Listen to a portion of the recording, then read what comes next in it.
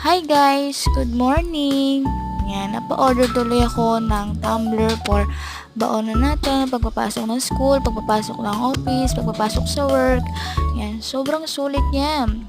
Sobrang sulit yung budget nyo. Yan, medyo nahihirapan lang, choice. Yan, titingnan pa kung ano bang ano. Yan, tinitingnan nung kaliwat kanan, yan, bubuksan na natin.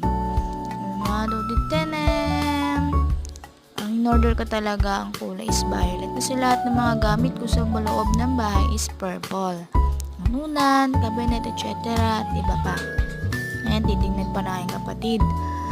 Ayan, tatanggalin na natin yung plastic panel. Super sulit ang budget dito sa 165 na tumbler. Ayan, maraming ibang kulay niyan. Pwede may red, pink, black, at iba pa at purple syempre. Ayan.